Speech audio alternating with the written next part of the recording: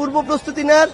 উপযুক্ত সময় পায়। আমরা কখনো এটি বলবো না অবিবেচকের মতো যে আপনার ওইদিকে পানিতে ভেসে যাক তারপর আটকে রাখতে হবে, কিন্তু এটা যেন নিয়ম মাফিক একটি প্রোটোকল মাফিক একটি পরিবার মতো হয় সেটি আমাদের জায়গা থেকে স্পষ্ট চাওয়া, এবং অবশ্যই পূর্বে থেকে এই বিষয়ে আলোচনা থাকতে হবে এবং ওই অনুযায়ী যেন আমরা আমাদের কর্মপদ্ধতি নির্ধারণ করতে পারি সেই সময়টুকু থাকতে হবে। তা না করে কেউ যদি এরকম কিছু করে, স্পষ্ট আমাদের কথা, এটি আমাদের আন্তঃরাষ্ট্রের যে সম্পর্ক সেটি নির্ধারণ করবে। আর আমাদের জায়গা থেকে যদি বলি, আমরা অলরেডি একটি টিম ফর্ম করছি, যেই টিমটি অন্যান্য যদি কোনো এরিয়া এফেক্টেড হয় ওই এরিয়া যেন এখনকার অভিজ্ঞতা থেকে কাজে লাগিয়ে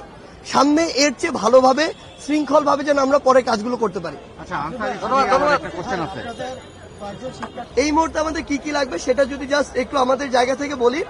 সেটা হচ্ছে যে আমাদের যে বিস্কুটগুলো, বিভিন্ন ধরনের বিস্কুট, এরপরে মোমবাতি, সাবান, লাইটার, ম্যাচ,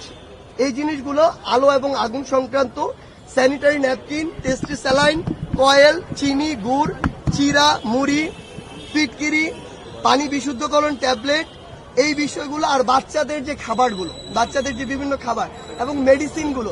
আমরা আপনাদেরকে অনুরোধ করব, যদি আপনাদের থাকে আপনারা দিয়ে যাবেন, যদি আপনারা দিতে চান, আপনাদের না থাকে তাহলে কাইন্ডলি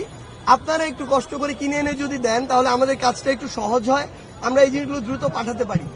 আর আরেকটি জিনিস আপনাদের উদ্দেশ্যে বলতে চাই, সেটি হচ্ছে যে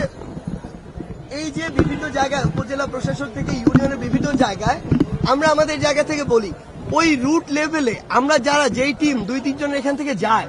তাদের কিন্তু প্রত্যেকটা জায়গা চিনে চিনে দেওয়া সম্ভব নয়। প্রত্যেকটা মানুষ আসলে এলাকার প্রতি কিছুটা বায়াস।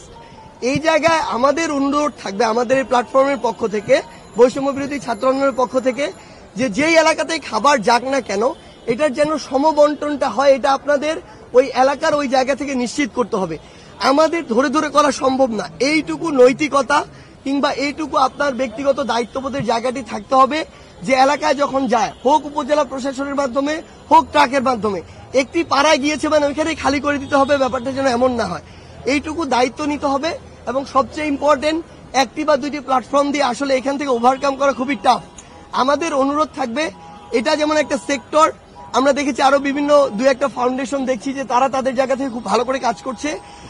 করে শুধু নিজেদের সুবিধার কথা চিন্তা করে কোন একটি বাঁধ ইচ্ছা মতো খুলে দেয়, পরবর্তীতে বাংলাদেশের সাথে তাদের সম্পর্ক কেমন হবে সেটি নির্ধারণ করবে। আমরা চাই বাংলাদেশে অন্তত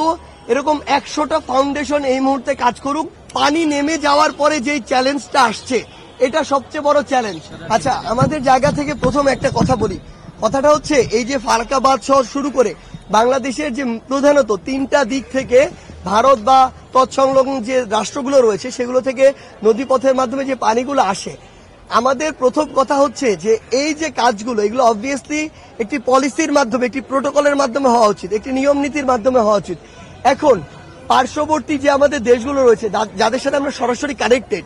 তারা যদি বাংলাদেশ রাষ্ট্রের কথা চিন্তা না করে শুধু নিজেদের সুবিধার কথা চিন্তা করে কোনো একটি বাঁধ ইচ্ছা মতো খুলে দেয়, তাহলে আমরা বলবো যে এই কার্যক্রমটি বা তার এই কাজটি পরবর্তীতে বাংলাদেশের সাথে তাদের সম্পর্ক কেমন হবে সেটি নির্ধারণ করবে।